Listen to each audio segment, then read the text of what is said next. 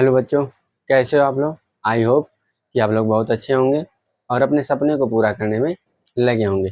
हम क्लास 10 की बायोलॉजी पढ़ रहे हैं, जो इसका पहला चैप्टर है जैव प्रक्रम। आज हम जैव प्रक्रम में पढ़ेंगे डाइजेस्टिव सिस्टम, यानी पाचन तंत्र किसे कहते हैं या पाचन तंत्र है क्या। ठीक है, हम लोग एकदम बेसिक से पढ़ेंगे और उस लेवल तक पढ़ेंगे जहाँ तक हमारे पेपर में बहुत ज़्यादा प्रश्न पूछे जाते हैं। ठीक है, तो आइए देखते हैं पाचन तंत्र क्या है। ठीक है, पाचन तंत्र में आप लोग देख रहे होंगे कि दो शब्द छुपे हुए हैं। ठीक है, अभी हम लोग इसके बारे में बात समझेंगे। पहले पाचन तंत्र समझेंगे, पाचन तंत्र है क्या। ठीक है, पाचन तंत्र में आप लोग देख रहे होंगे कि दो शब्द छुपे हैं। कितने शब्द छुपे हैं? दो शब्द। एक है पाचन और दूसरा है तंत्र। ठीक, पाचन का क्या मतलब है और तंत्र का क्या मतलब है, आज पहले हम इससे जानेंगे। ठीक है, पाचन का मतलब क्या है। ठीक है, जब हम क्या करते हैं, भोजन ग्रहण करते हैं। क्या करते हैं? भोजन ग्रहण करते हैं। ठीक है, जैसे ही हम भोजन ग्रहण करते हैं तो भोजन हम सीधे निगल नहीं लेते हैं, यानी घोट नहीं सकते हैं। ठीक है ना, यानी भोजन को हम कूचते हैं पीसते हैं, थूरते हैं अपने दांतों के द्वारा, तब उसको हम क्या करते हैं, घोटते हैं या निगलते हैं। जिस प्रकार हम गेहूं को क्या करते हैं, आटा बनाने के लिए आटा चक्की पर पीसने के लिए ले जाते हैं, तो वहां पर क्या करता है कि गेहूं को छोटे छोटे टुकड़ों में यानी पीसा जाता है। ठीक है ना, तो उसी तरह जब हम भोजन करते हैं तो भोजन को भी पीसने की आवश्यकता होती है। जब भोजन को पीसने के लिए हमारे मुख में दांत दिए, दांतों के माध्यम से हम उसको थूरते कूचते हैं। ठीक है ना, यानी जब भोजन को बड़े बड़े भाग को हम लोग छोटे छोटे में परिवर्तित करते हैं, तो यही क्या कहलाता है, पाचन कहलाता है। ठीक है ना, लेकिन जब हम भोजन करते हैं तो भोजन में कुछ पोषक तत्व रहते हैं, भोजन में पोषक तत्व उपस्थित होते हैं, जैसे कार्बोहाइड्रेट होता है, ठीक है, प्रोटीन होता है। तो ये सब भोजन में बड़े बड़े अणु होते हैं, जिसको हमारा शरीर क्या करता है कि अवशोषित या धारण नहीं कर पाता है, तो उसको हमें क्या करना पड़ता है, छोटा करना पड़ता है। और उसको छोटा करने के लिए हमारे शरीर में पाचन दो प्रकार से होता है, एक तो होता है भौतिक पाचन, एक होता है रासायनिक पाचन। ठीक है ना, यानी जब हम भोजन ग्रहण करते हैं तो उसमें बड़े बड़े अणु होते हैं, जिसके कुछ भागों को हम अपने दांतों से यानी भौतिक माध्यम से हम उसको कूचते हैं और कुछ केमिकल के माध्यम से हम कूचते हैं। ठीक है, तो हम बोल सकते हैं जैसे भोजन को हम क्या करते हैं, ग्रहण करते हैं तो भोजन जब हम ग्रहण करते हैं तो भोजन में जो है कि क्या होते हैं, भोजन के जो बड़े अणु होते हैं, भोजन के बड़े अणु को, ठीक है, किसको, बड़े अणु को तोड़कर तोड़कर छोटे अणुओं में, किसे, छोटे अणुओं में परिवर्तित करें, परिवर्तित करना ही क्या कहलाता है, पाचन कहलाता है। ठीक है, अभी हम पाचन बता रहे हैं। ठीक है ना, यानी भोजन के बड़े अणुओं को तोड़कर हम क्या करते हैं, छोटे छोटे अणुओं में परिवर्तित करते हैं। ठीक है, तो हम इसे हम कहते हैं पाचन, कहते क्या कहते हैं, पाचन कहते हैं। ठीक है ना, और इस पाचन में जो भी अंग शामिल होते हैं, यानी गेहूं को पीसने के लिए जो आटा चक्की का मशीन होता है, उसमें कई भाग होते हैं। ठीक है ना, यानी अकेले जो है कि इंसान होता है, आटा चक्की होता है, लाइट होता है, मोटर होता है, सब चीजें मिलकर आटा यानी गेहूं को क्या करते हैं, पीसने का कार्य करते हैं। उसी तरह हम जब भोजन ग्रहण करते हैं तो भोजन को पीसने के लिए, तोड़ने के लिए, छोटा छोटा करने के लिए कुछ अंग जो है कि कार्य करते हैं, कुछ अंग साथ मिलकर कार्य करते हैं। जैसे कि हमारा मुख हो गया, ठीक है ना, ठीक है, ग्रास नली, अमाशय, सब मिलकर क्या करते हैं, भोजन को तोड़ने का कार्य करते हैं। यानी पाचन में शामिल या पाचन प्रक्रिया में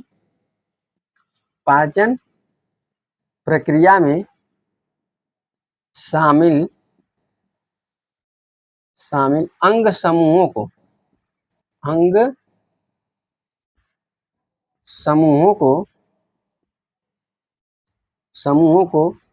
पाचन तंत्र कहते हैं। क्या कहते हैं, पाचन तंत्र कहते हैं। ठीक है ना, यानी भोजन को बड़े अणु, यानी भोजन के बड़े अणुओं को तोड़कर छोटे अणुओं में परिवर्तित करना पाचन कहलाता है।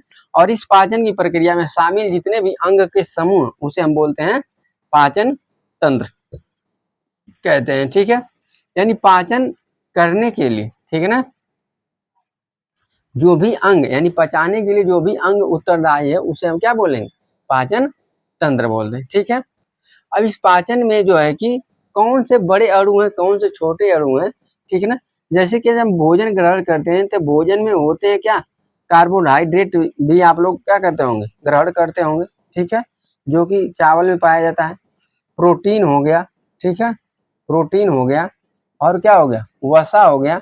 ये सब क्या है, ये सब बड़े अणु हैं, ठीक है ना। यानी भोजन में उपस्थित ये सब बड़े अणु हैं जिसको शरीर क्या करता है, अवशोषित या धारण करने में सक्षम नहीं होता है। तो इसको भौतिक रूप से या रासायनिक रूप से हम इसे क्या करते हैं, पचाते हैं या पाचन करते हैं। ठीक है, तो कार्बोहाइड्रेट को जब हम पचाते हैं तो ये ग्लूकोज में परिवर्तित हो जाता है, और जब प्रोटीन को पचाते हैं तो ये अमीनो अम्ल में हो जाता है, और ये वसा जो है वसी अम्ल में परिवर्तित हो जाता है। ठीक है, इन बातों को यानी कार्बोहाइड्रेट को ग्लूकोज में कौन परिवर्तित करता है, प्रोटीन को कौन अमीनो अम्ल में परिवर्तित करता है, इसको जानने के लिए हमें पाचन तंत्र को दो भागों में बांटना पड़ेगा। जो पाचन तंत्र है इसको हमको क्या करना पड़ेगा, दो भागों में समझना पड़ेगा।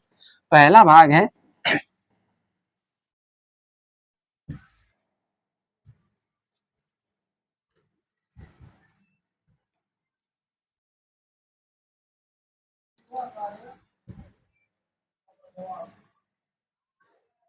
यानी पाचन को हमें समझने के लिए दो भागों में बांटना पड़ेगा। एक तो होता है आहार नाल, आहार नाल होता है, ठीक है, जिसे हम बोलते हैं एलिमेंट्री कैनाल बोलते हैं। ठीक है, दूसरा होता है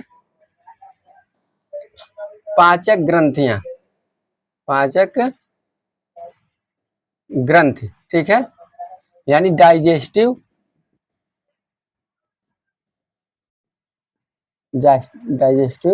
ग्लैंड, ठीक है, यानी पाचक ग्रंथि है। यानी पाचन तंत्र को हम दो भागों में विभाजित कर सकते हैं, एक है आहार नाल और एक है पाचक ग्रंथि। पाचक ग्रंथियां का मतलब और आहार नाल का क्या मतलब है, आहार नाल एक मान सकते हैं कि एक नली है या रास्ता है, या एक रास्ता है जो क्या करता है, भोजन को रास्ता प्रदान करता है जाने के लिए। ठीक है ना, आहार नाल एक प्रकार का नली या रास्ता है जो क्या करता है, भोजन को रास्ता प्रदान करता है एक स्थान से दूसरे स्थान तक जाने के लिए। वहीं पर जो पाचन ग्रंथियां हैं यह जो है कि कुछ एंजाइमों यानी कुछ केमिकलों का क्या करते हैं, उत्पादन करते हैं या निष्कासित करते हैं, जिसकी सहायता से क्या करते हैं कि भोजन को हम पचाते हैं। तो पाचक ग्रंथियां में आ जाएगा हमारी, पहले तो लार ग्रंथि आएगी। कौन आ जाएगी, लार ग्रंथि, पहली है लार ग्रंथि। दूसरा हम लिख सकते हैं यकृत, ठीक है। तीसरा हम लिख सकते हैं अग्न्याशय। यह सब क्या है, लार मतलब पाचक ग्रंथियां हैं जो भोजन को पचाने के लिए कुछ केमिकल का क्या करते हैं, श्रावण करते हैं। ठीक है, उसी प्रकार जो आहार नाल है यह क्या करता है कि रास्ता प्रदान करता है भोजन को जाने के लिए। जो आहार नाल है एक नली है, ठीक है ना, जो नली है जो एक रास्ते की तरह कार्य करता है, जिसमें जो है कि भोजन जो कि एक स्थान से दूसरे स्थान तक जाता है। ठीक है, तो जो आहार नाल की लंबाई होती है ना, जो आहार नाल की लंबाई होती है, ठीक है, यह कम से कम आहार नाल की जो लंबाई होती है, अगर फीट में बात करेंगे तो यह 32 फीट की होती है, और मीटर की बात करेंगे तो यह 9 मीटर की होती है। ठीक है, यानी इसकी लंबाई कितनी होती है, 9 मीटर की होती है या 32 फीट की होती है। ठीक है, और यह एक नली की जैसी संरचना होती है। कैसी होती है, नली जैसी पेशीय संरचना है। कैसी है, पेशीय कुंडलित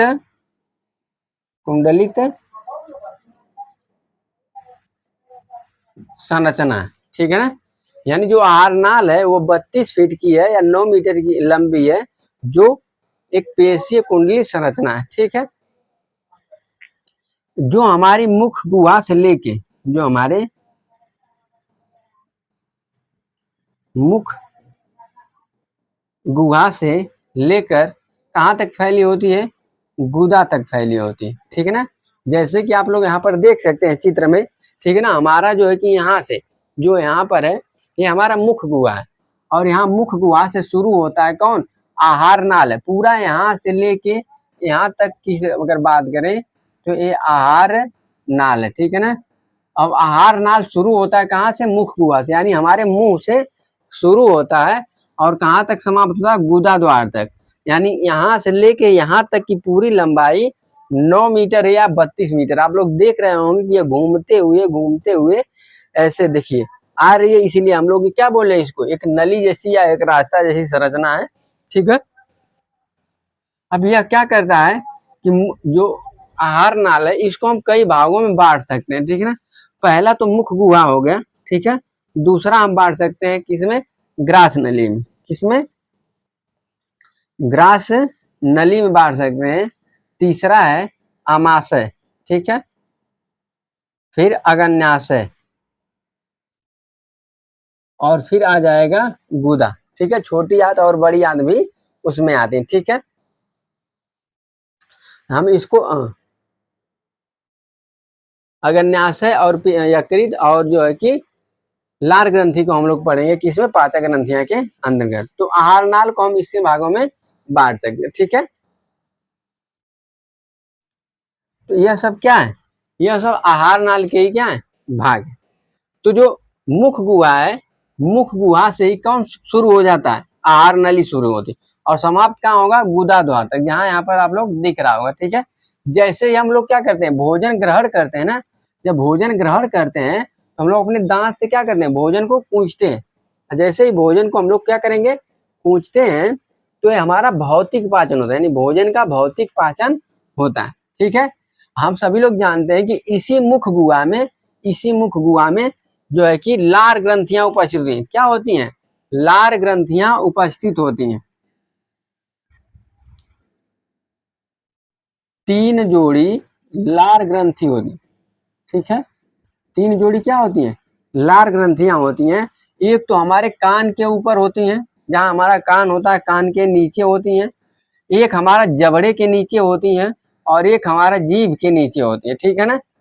तो इसके बारे में हम लोग आगे पढ़ेंगे। फिर जो है कि वही आहार नली आगे आकर यानी ग्रास नली के यानी ग्रसनी के आगे ग्रास नली में परिवर्तित हो जाती है। फिर ग्रास नली के बाद यह जो इतनी संरचना है अमाशय में विभक्त हो जाती है। फिर आगे बड़ी आंत, फिर छोटी आंत, ठीक है।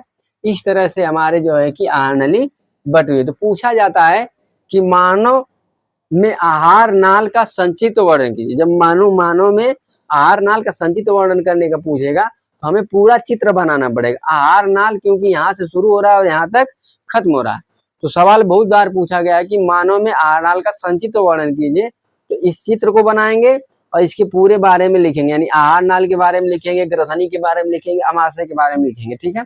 या तो पूछ देगा कि मानव में पाचन तंत्र का संचित्र वर्णन कीजिए, मानव में पाचन तंत्र का संचित वर्णन कीजिए, तब भी हमें यही लिखना होगा, ठीक है ना। तो आइए हम लोग आगे इसको देखते हैं, ठीक है।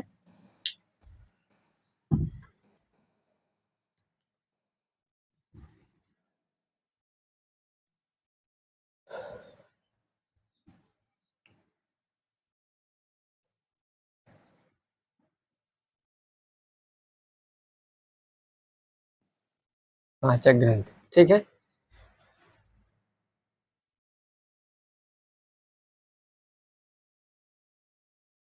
जो आहार नाल है, ठीक है ना, ये आहार नाल बटा होता है, ठीक है, कई भागों में बटा होता है, ठीक है। हम बात करें, पहला हो जाएगा मुख गुहा, ठीक है। फिर हो जाएगा ग्रास नली, ठीक है। फिर हो जाएगा अमाशय,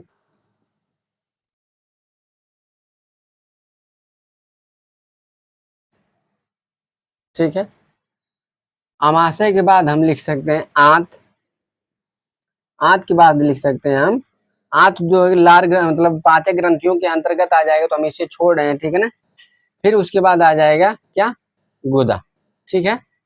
यानी जो मुख गुहा है यह हम बांट सकते हैं, यानी मुख गुहा कह रहे हैं आहार नाल को हम इतने भागों में बांट सकते हैं, यानी विभक्त हो गया, छोटे छोटे भागों में विभक्त हो गया, जिसको अध्ययन करने के लिए हमें आसानी होगी। ठीक है ना। तो जो मुख गुहा होता है, हम सभी लोग जानते हैं मुख से ही शुरू होता है। कहाँ से शुरू होता है? मुख से शुरू होता है। तो जो हमारा मुख है, मुख में ही क्या होता है? लार ग्रंथियां होती। क्या होती हैं? लार ग्रंथि होती। ठीक है। और लार ग्रंथि हम सभी लोग जानते हैं कि यह एक बाह्यस्रावी, कौन सी? बाह्य बाह्यस्रावी ग्रंथि है। ठीक है ना। यह 3 जोड़ी होती है। कितनी होती है? 3 जोड़ी होती है। ठीक है। जो पहला ग्रंथि होती है, जिसको हम बोलते हैं, जो हमारे कान के पास स्थित होती है, यानी जो पहली ग्रंथि होती है जो हमारे कान के, इसे हम बोलते हैं पैरोटिट ग्रंथि। ठीक है। यह हमारे कान के नीचे होती है। कहाँ होती है? कान के नीचे होती है। ठीक है। और दूसरी बात करें, दूसरा हमारा होता है जबड़े के नीचे। ठीक है ना। जो जबड़े के नीचे स्थित होती है, और एक होता है हमारे जीभ के नीचे। ठीक है। तो जो जीभ के, जो जबड़े के नीचे होती है, उसे बोलते हैं हम सबलिंगुअल,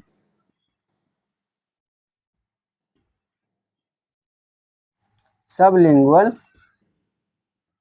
ग्रंथि।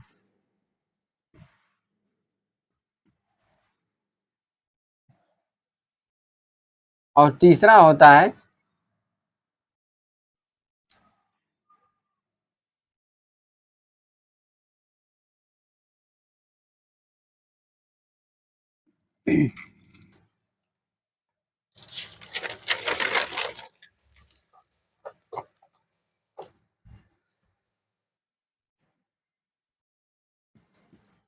सब मेंडुअल ग्रंथि। ठीक है। यह तीनों ग्रंथि। ठीक है।